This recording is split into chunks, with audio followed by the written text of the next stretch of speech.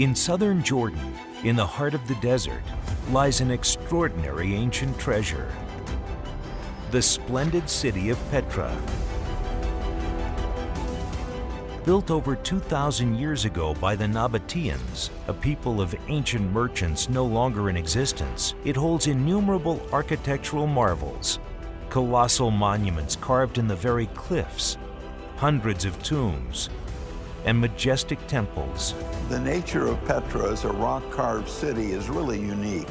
There are not other places with this many tombs and this kind of architecture. In this arid desert, Nabataean engineers built a system to collect the slightest water falling from the sky.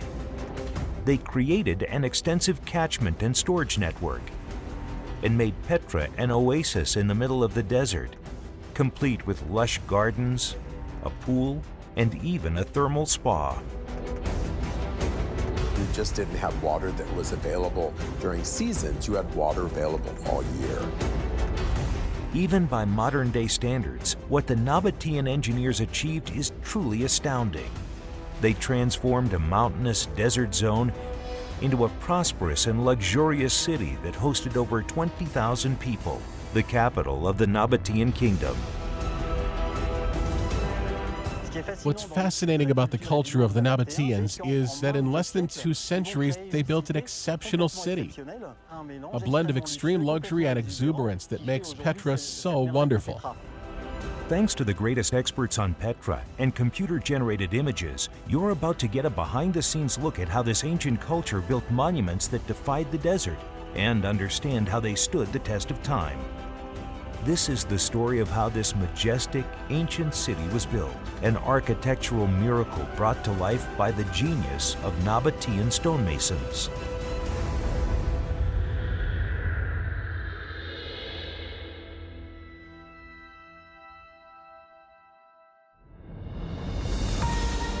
To get to the lost city of Petra, one must travel 200 kilometers south from Amman, the Jordanian capital. Halfway between the Red Sea and the Dead Sea, Petra rises from the depths of a valley at the end of a narrow canyon.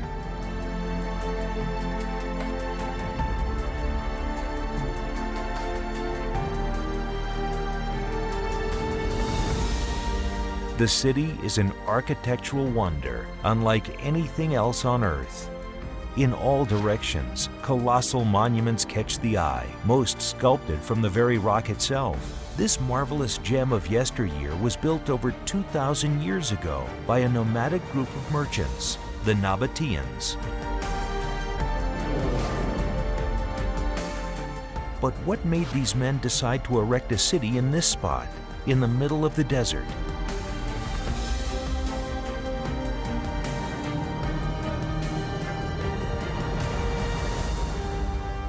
During the first millennium, South Arabia and Yemen became the center for the production of frankincense and myrrh, 2 aromatics that were distributed. So they were distributed across the Mediterranean for this purpose, so that a trade route developed between Yemen and the Mediterranean world, and this came up through the western side of Arabia into Jordan with Petra as a center. Petra was the perfect crossroads. It was a nexus of commerce. So you have north-south trade that involved frankincense and myrrh, and then turquoise and peridot and gemstones coming from the south. Then you have the east-west trade coming through, which is now Kuwait, that would have brought silk and Chinese goods in from the east. So there's no coincidence that Petra was the perfect location to build a city, and a city that would boom within hundreds of years to thousands of inhabitants. Established in the middle of commercial trade routes, Petra's location also had other advantages. The steep hillsides surrounding the city represented an ideal bastion against pillagers or even potential invaders from neighboring kingdoms. Back in the days, the Nabataeans built control towers in the highest parts of the city as a way to ensure their security. To enter, visitors had no choice. They had to pass through this long pathway, a gorge formed by erosion, known as the Seek.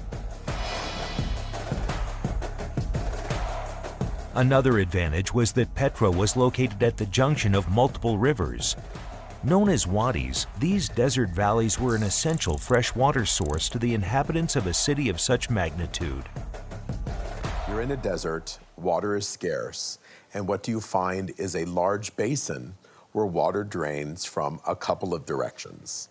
So the original inhabitants of Petra understood that where water converges is probably the most important thing to look for a desert city. It's not a coincidence, it's not an arbitrary location. It's the perfect location where you have water and then trade, commerce, a flat valley that would be ideal for a city center. Petra is the best location within 100 or 200 miles easily, if not 1,000 miles, to build a city. In just 200 years, the Nabataeans built their empire's greatest city in this hidden place between the mountains. The Sikh, which was the only point of access, led to a vast plain that featured the city center and was home to some 20,000 to 30,000 people in the 1st century AD. The center and its surrounding cliffsides sheltered over 3,000 monuments that displayed Petra's greatness. The massive city of 23 kilometers by 11 became the capital of the Nabataean kingdom. At the city's entrance, the Al-Khazneh, meaning treasury, is regarded as one of the most lavish landmarks built by these master architects.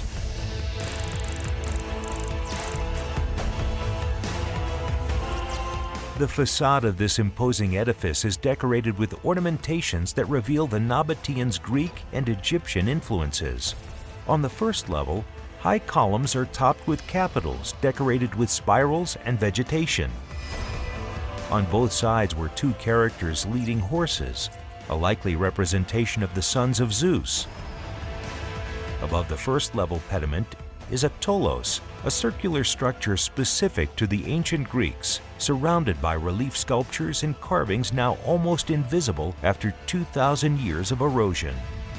At the very top, the monument is crowned with a massive funeral urn that's 3.5 meters high. Behind this lavish entryway lies a vast hall that opens onto 3 distinctive rooms, all of which are imposingly large. But unlike the exterior, the inside of the Al-Khazneh is decidedly plain. Its walls were left completely bare.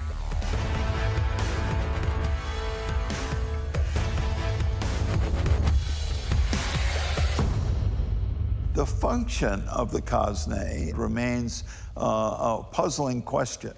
And it has been speculated that it was a tomb for one of the Nabataean kings because it's one of the larger, more grandiose tombs that exist at Petra. There may be 10 or 15 of these tombs of that nature. The rest are pretty mundane. So the assumption is some king had to be buried here. And we postulate that maybe, possibly, it was a tomb for the great Nabataean king, Aratus IV. But this is only guesswork. We really don't know who was buried there. And there are no inscriptions at any of the tombs to give us some idea of who this tomb represents, so that it's only guesswork. The monument was entirely carved out of a sandstone cliff some 80 meters high. In order to carry out such a task, the designers had to completely reinvent their usual building techniques, because it was impossible for workers to develop the structure using typical bottom-to-top methods. Had they started from the bottom, it would have been impossible for them to know exactly where to begin so that the wall would be plumb, because the cliff sides are not always perpendicular. They can be slightly slanted. That's very difficult to calculate. There's another big problem that comes with constantly chipping away from above yourself, and that's namely the risk of debris falling on the workers below. Not to mention widespread worker fatigue from using such heavy tools. The workers would have gotten tired very quickly. The Al-Khazneh was thus carved from the top to the bottom. but its sides are over 40 meters high. How did the workers reach such heights to even begin construction? The first thing that comes to mind is quite obviously scaffolding. But in this desert region, wood was a very rare commodity. If we look at the pollen record in Petra, we notice that trees were not much more abundant than they are today. And the trees that did exist in the area are similar to trees we see today, juniper and oak. The climate hasn't changed enough to change the variety of trees. So trees did grow then, but they grew sparsely. They were not common at all. So the use of scaffolding would have been a very, very rare luxury for the Nabataeans to have.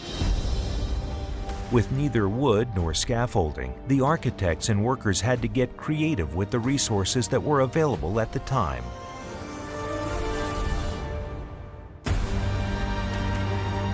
To this day, remnants from the lavish construction of the Khazneh are visible on the mountainside. They reveal the incredible technical know-how of the 2,000-year-old Nabataean people.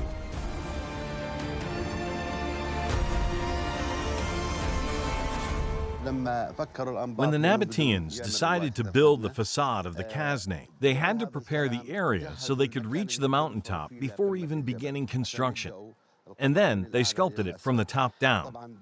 To do that, they built a staircase, and they built it wide enough to allow the workers to comfortably go up and down, even while carrying their tools.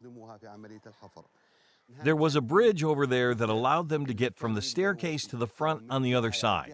They went around the back of the mountain in order to get to the summit, and then they carved out the top of the Khazneh. After climbing the first steps of this impressive staircase, one reaches a vast cave, a shelter carved out by the workers at the start of construction.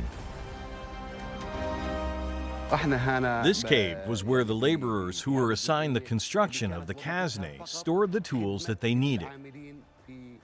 They would meet here at the beginning of the day, then they would take the bridge to go around the mountain, and then they'd begin sculpting the rock.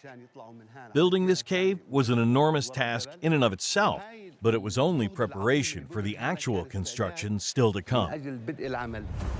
Before the building of the monument even began, Nabataean workers had already accomplished something incredible. But once they managed to reach the top of the site, their task had only just begun.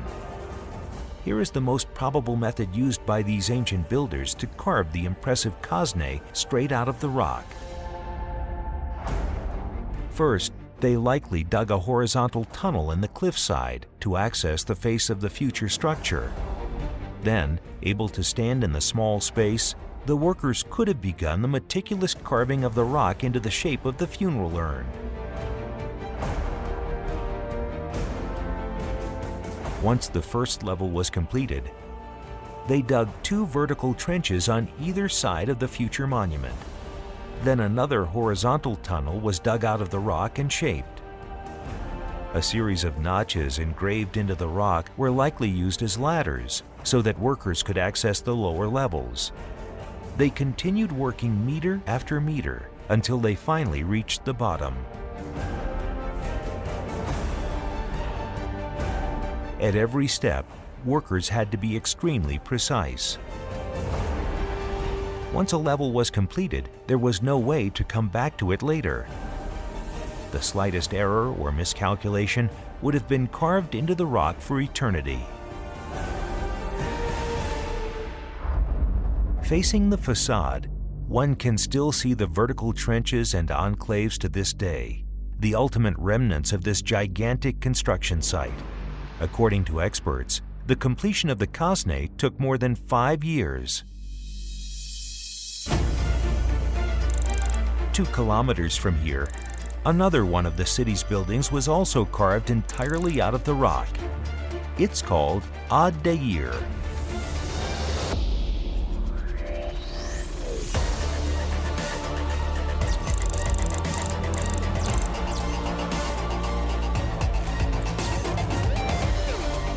To reach it, one must follow a narrow path, then climb over 800 stone steps. At the end is this colossal monastery that towers over the city below. The façade of Al-Khazneh is less ornate than that of the Khazneh, but it also features imposing columns that support pediments on 2 levels. There, too, is a 10-meter-high funeral urn at the top of the structure.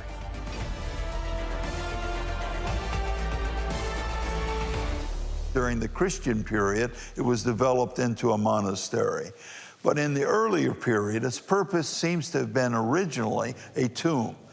Who was buried there and when is a matter of speculation again. But it is one of the most magnificent tombs at Petra, along with the Khazneh. At first glance, the majestic Al-Khazneh seems to have been built the same way as the Khazneh. The entire monument is carved out of the rock. But upon closer inspection, one will notice the cliffs here are not as steep. Instead, there's a rock wall that gently slopes towards the ground. That means the workers had to adapt to this specific topography.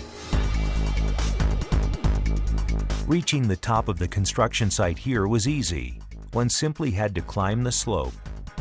The carving of the urn was therefore a rather simple task.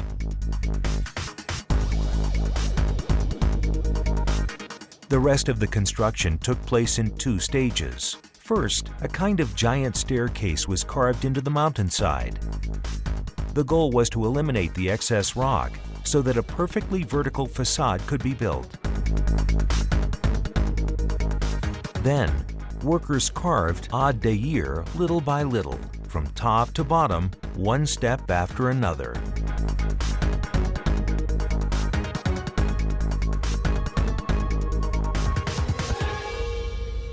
To the untrained eye, the sculpture work seems almost crude.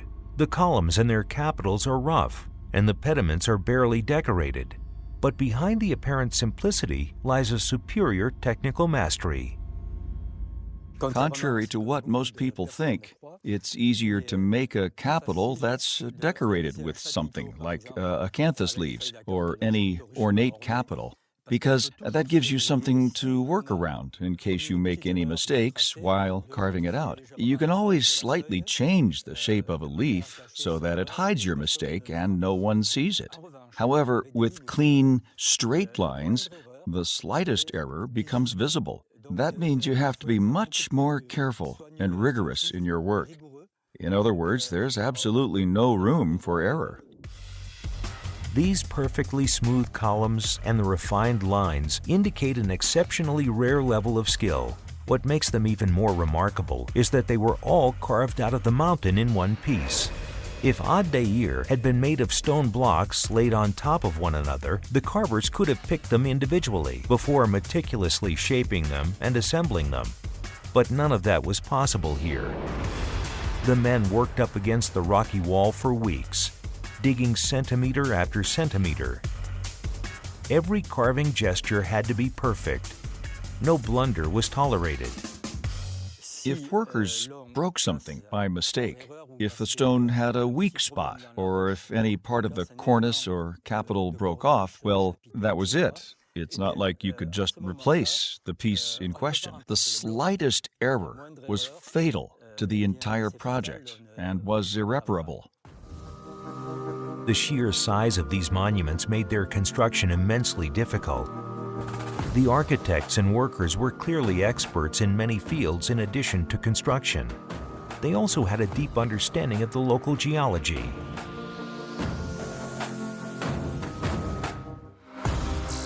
The most striking example of this is the fault line tomb, built on Mount Al-Mu'izra to the northwest of the city center. At first glance, this tomb resembles all the others. However, in its core are 2 clearly noticeable horizontal fault lines.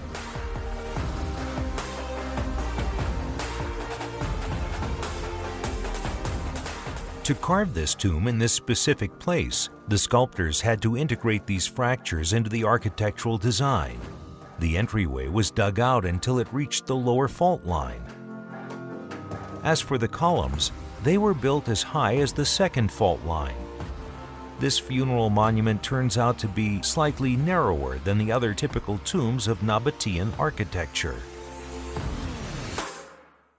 But thanks to this ingenious strategy, despite being very deep, the cracks never jeopardized the tomb's durability.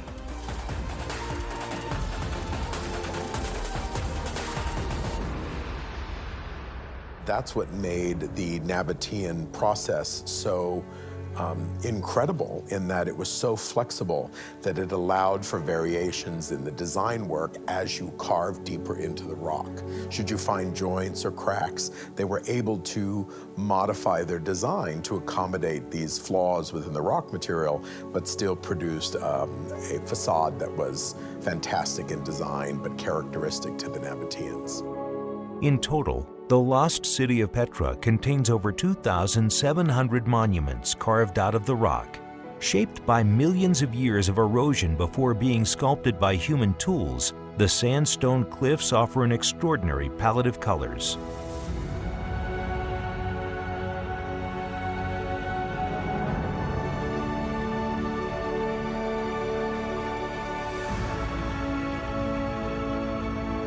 The nature of Petra as a rock-carved city is really unique. There are not other places with this many tombs and this kind of architecture. From small little niches that were cut into the rock for worshiping their deities, to temples, to magnificent tombs and glamorous tombs, to very mundane tombs. The number of these rock-carved areas is unparalleled anywhere in the Mediterranean world. Petra is unique, exceptional in this regard.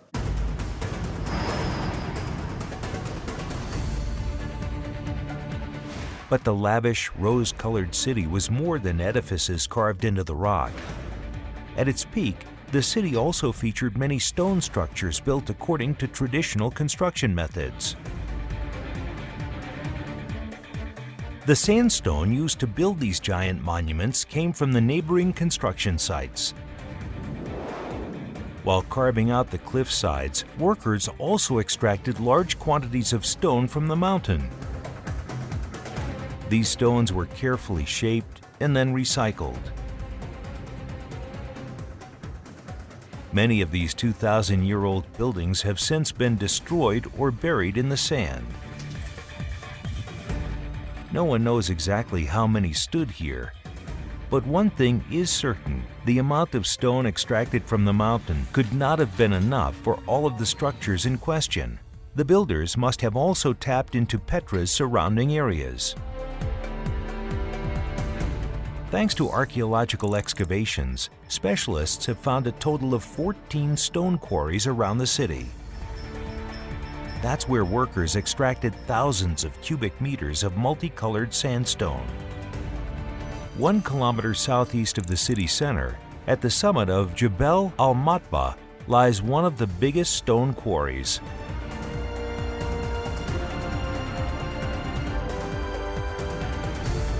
Men toiled here for years on end, across dozens of meters on each side, to extract stone blocks each weighing hundreds of kilos. Their only tools were a pick, a mallet, and an iron wedge, nothing more.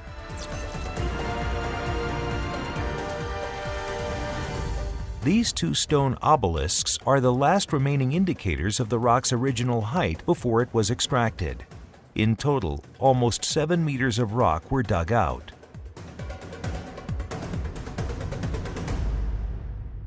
These columns left behind are signs and witness about the volume of the rock that were extracted from this particular quarry, which counts for at least tens of thousands of cubic meters.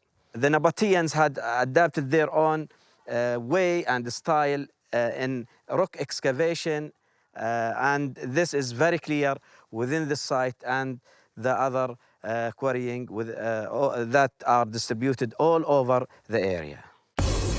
But the most impressive stone quarry is that of Wadi Asiag.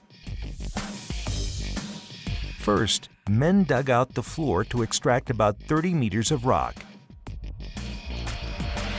But at this stage, they discovered sandstone of much higher quality. To exploit it, they dug directly into the bottom of the cliff and carved out a room that's over 8 meters long.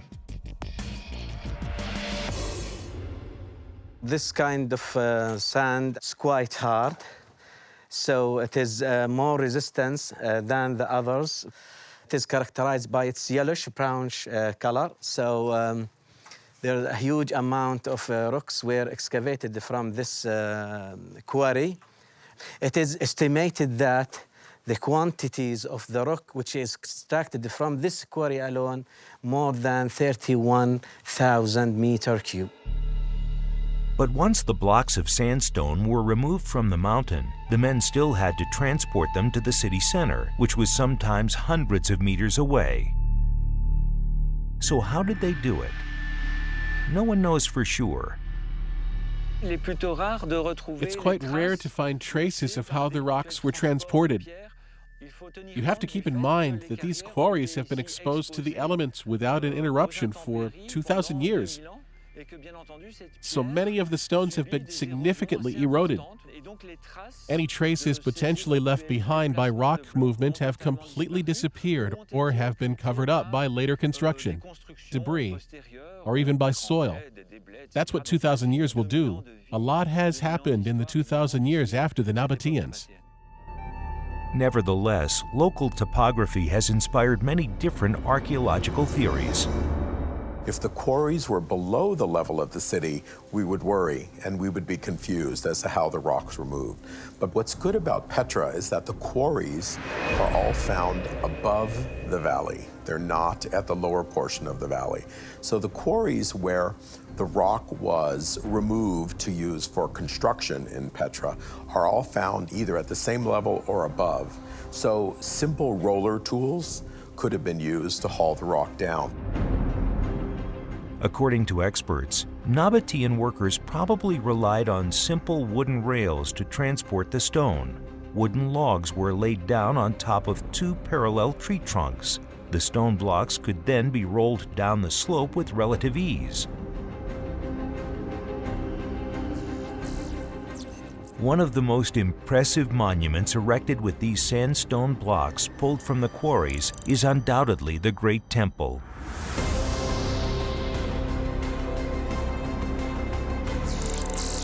This enormous building stretches over 7,500 square meters, and despite its name, it was likely not used as a temple, but rather as an important administrative building, or even as the public section of the royal palace.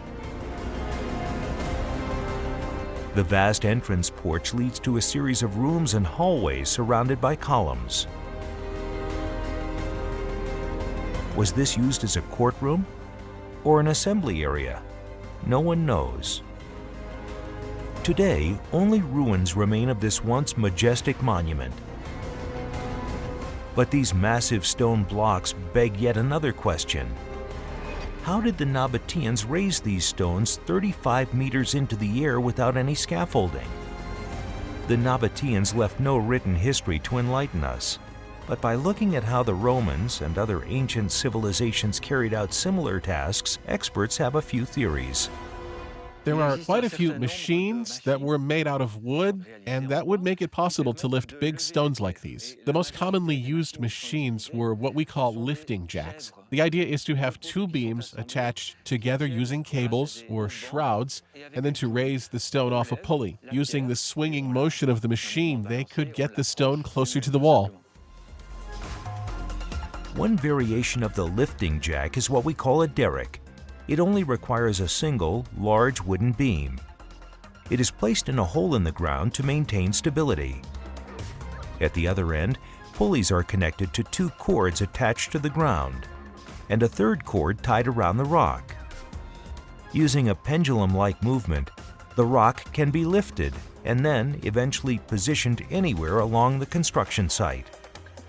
Derricks are certainly more practical than lifting jacks. The latter can only move in one direction, and they don't turn. Using a derrick, it's easy to pick up a block on one side, turn it, and set it down on a structure. I personally think they use derricks. Using these smart but rudimentary tools, in combination with their manpower, the Nabataean workers probably spent years building the Great Temple. Some estimate that all of Petra must have taken at least 200 years to build.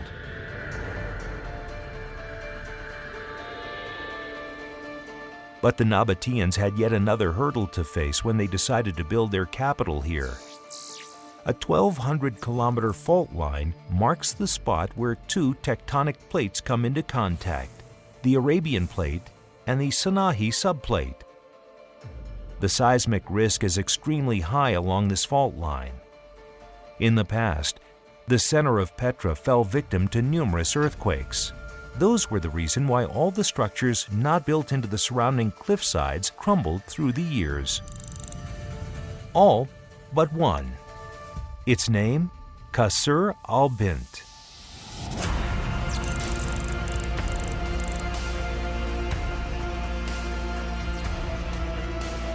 In Bedouin Arabic, the name means the Pharaoh's daughter's palace, but it was probably also the city's largest place of worship.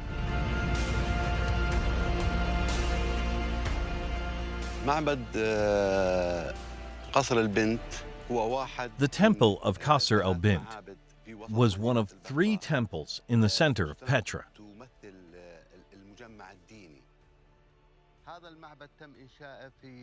Construction of this temple began in the early 1st century BC and finished in the 1st century AD, during the time of King Aretas IV Philopatris.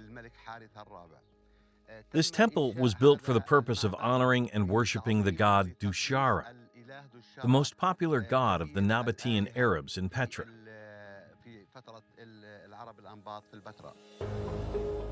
A temple as important as this one needed to be protected from the ravages of nature. Specialists believe the Nabataeans used highly ingenious techniques to make this structure one of the world's first earthquake-resistant buildings. During an earthquake, buildings with a complex structure are subjected to forces from every angle. Such forces almost inevitably cause the structures to collapse. The Temple of Qasr al-Bint is a perfect square.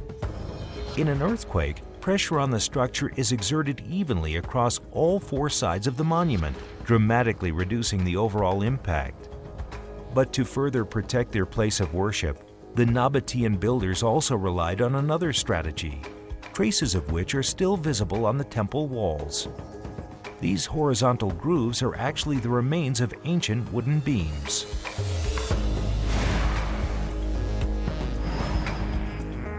While building the temple's load-bearing walls, the workers inserted cedar beams at various levels.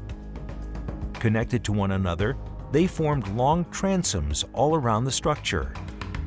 Wood is much more flexible than stone. In the event of an earthquake, it absorbs part of the pressure.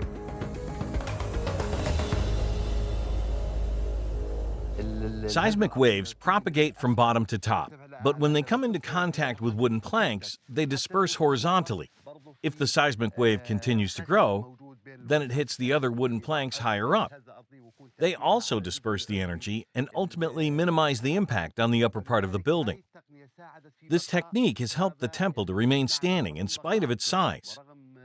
It's the only monument built in this way, and the only one still standing despite the multitude of earthquakes that have struck this region.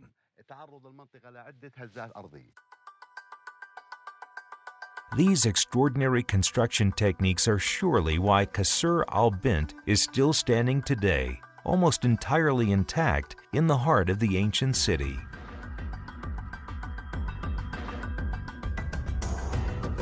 In the arid regions of the Middle East, earthquakes were not the only natural threat to local inhabitants.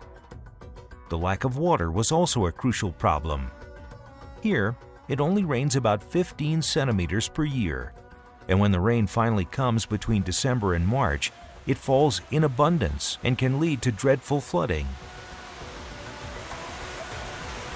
The Nabataeans thus had to tackle two challenges simultaneously: stocking the rainfall, however little, so they could use it throughout the year, while also protecting the city from flash flooding. The walls of the Sikh, the long gorge that marks the entrance to Petra, harbor clues that reveal the way the ancient builders were able to control the water.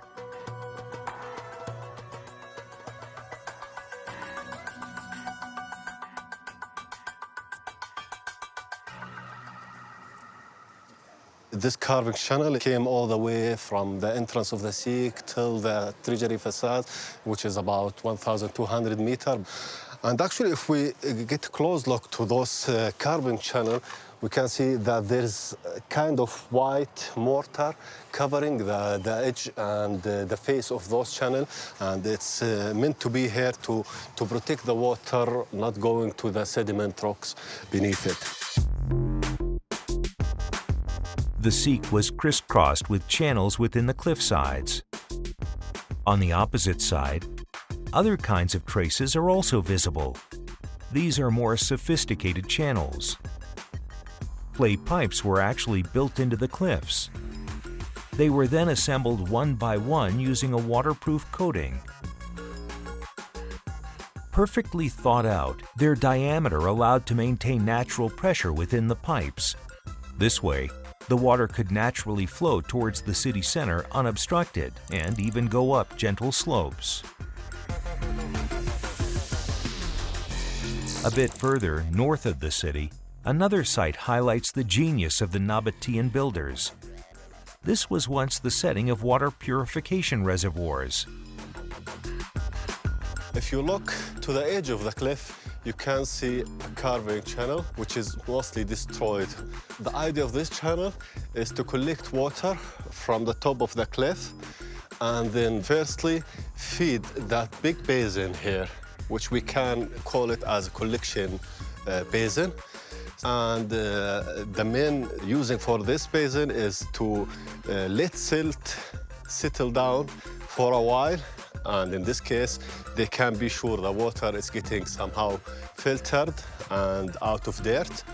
And after that, when they're sure that some of the water getting filtered and it's good, through a small valve in this wall between the two basins, the water go to this next small basin and kept for the next step, which is going again through this dam here and another small valve in the dam, and then through more cistern, water channels and pipes to feed the rest of many water cistern in this area. By successively passing through multiple basins, the water would settle little by little, progressively ridding itself of impurities. The final reservoir contained clean drinking water, which would then pass into the city's main drinking water system.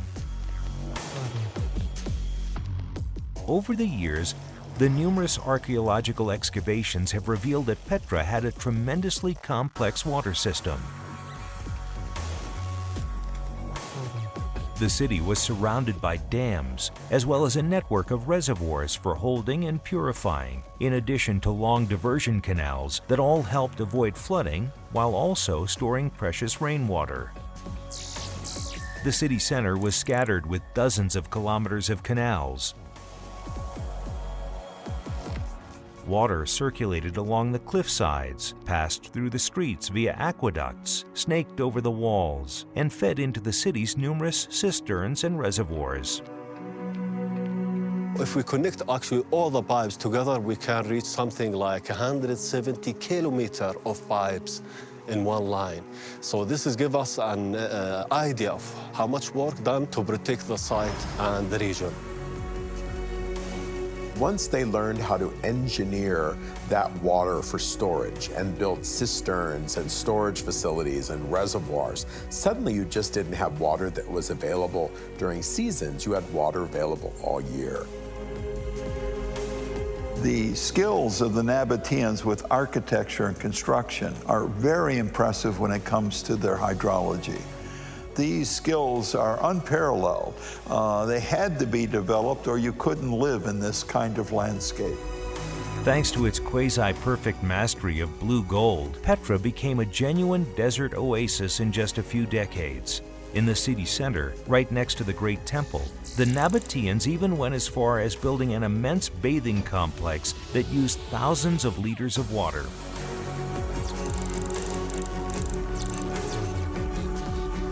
It came with its own garden, lush with numerous trees. And nearby was a basin as large as an Olympic-sized swimming pool.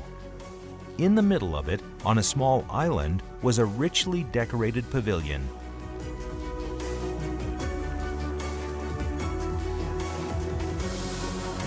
Today, nothing remains of this once impressive destination for royal leisure and relaxation. In fact, when archaeologists organized the first excavations here some 20 years ago, they never expected to find something so opulent.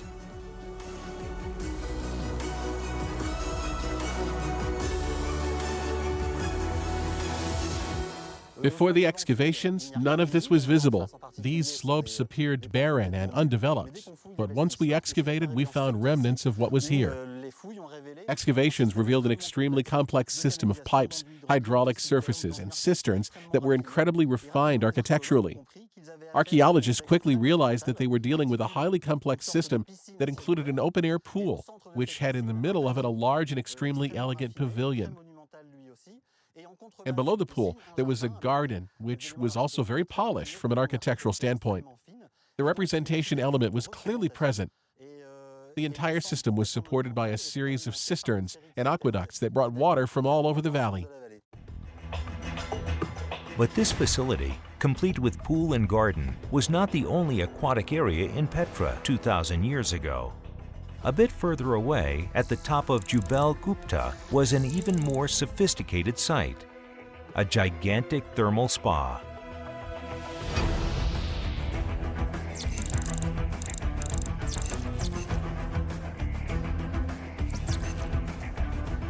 The entrance was through a wide courtyard. It opened onto a banquet room on one side and a frigidarium on the other. That room contained a pool of cold water designed to be the first stop of the visitors of the spa. The next step was the tepidarium, a warm water room. It served as a buffer between the cold water and the next step in the journey, multiple hot rooms equipped with group basins that could accommodate between 2 to 3 people. The discovery of this thermal spa came as a surprise to archaeologists.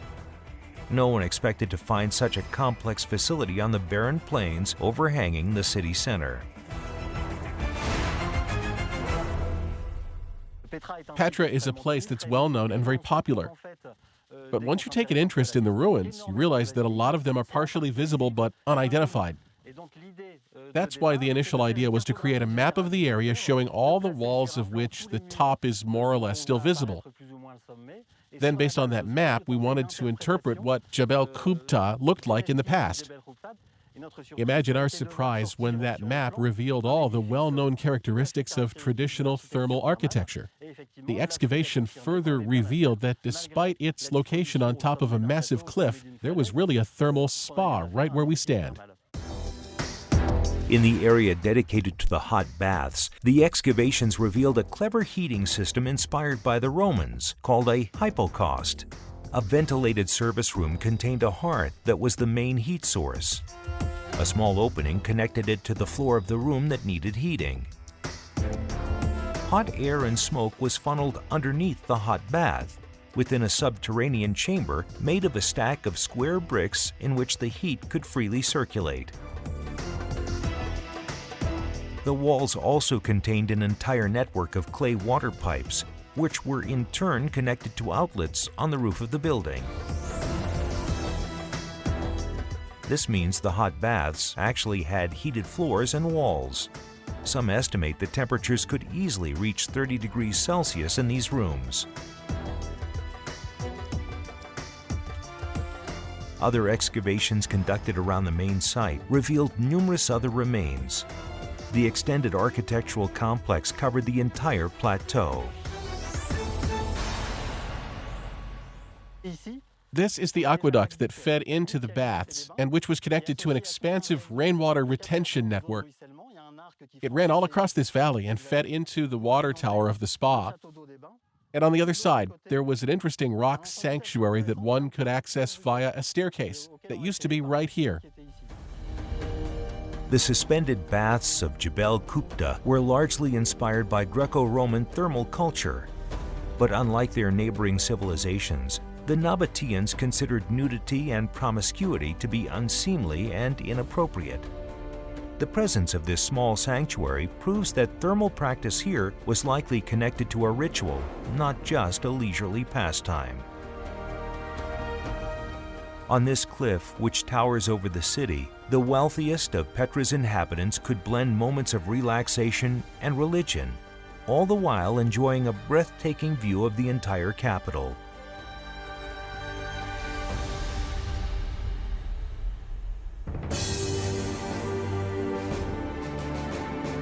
From the dryness of the desert to the bareness of the rock, to the steep cliff sides and the risk of earthquakes, Petra embodied just how the Nabataeans managed to turn around any and all of nature's obstacles. In less than 200 years, in the heart of inhospitable landscape, this wealthy and powerful people erected a luxurious and thriving city, a sumptuous capital that had no equal. What's fascinating about studying the culture of the Nabataeans is seeing how, in just a few centuries, they managed to become incredibly wealthy. They wanted the best of the ancient world, which meant they imported artisans, architects, materials, and practices from the Greco-Roman world. Since the Nabataeans were able to get the cream of the crop and in record time, in less than 2 centuries, they built a city that was truly exceptional, combining the very best elements from Rome and Egypt to create their own luxurious and exuberant mix of the two. In 106 AD, the capital of the Nabataean kingdom was annexed by the Roman Empire. Little by little, the structures were transformed, modified, or even destroyed by ancient Roman engineers. As the centuries passed, the city was slowly abandoned before falling into oblivion. It would only be rediscovered in the early 19th century by a Swiss explorer and adventurer. But ever since, Petra has been fascinating anyone who visits. It's easy for us to think that people in our past were not as clever and knowledgeable as we are now. But when we look at the engineering expertise of the Nabataeans then, I really think we're looking at a society, a community of amazing engineering skills. They knew how to use the rock to their advantage for storage, for decoration.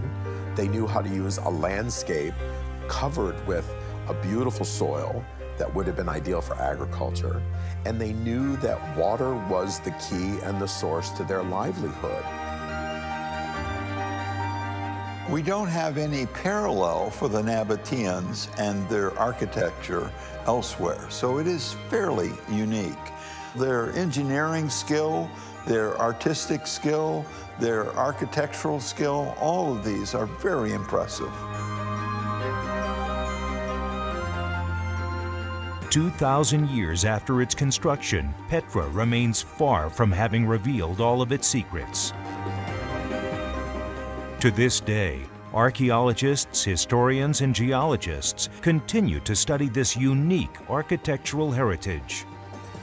It is still an incomparable testament to the expertise of ancient builders.